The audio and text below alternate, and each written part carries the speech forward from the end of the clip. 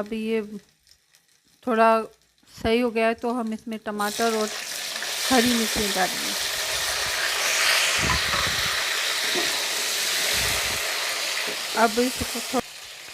अब हम इसको थोड़ा सा पकाएंगे, भूनेंगे इसको, टमाटर को और हरी मिर्च को।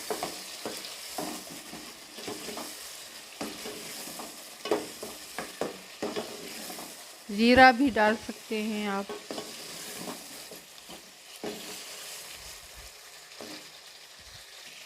अभी ये थोड़े से नरम हो चुके हैं टमाटर।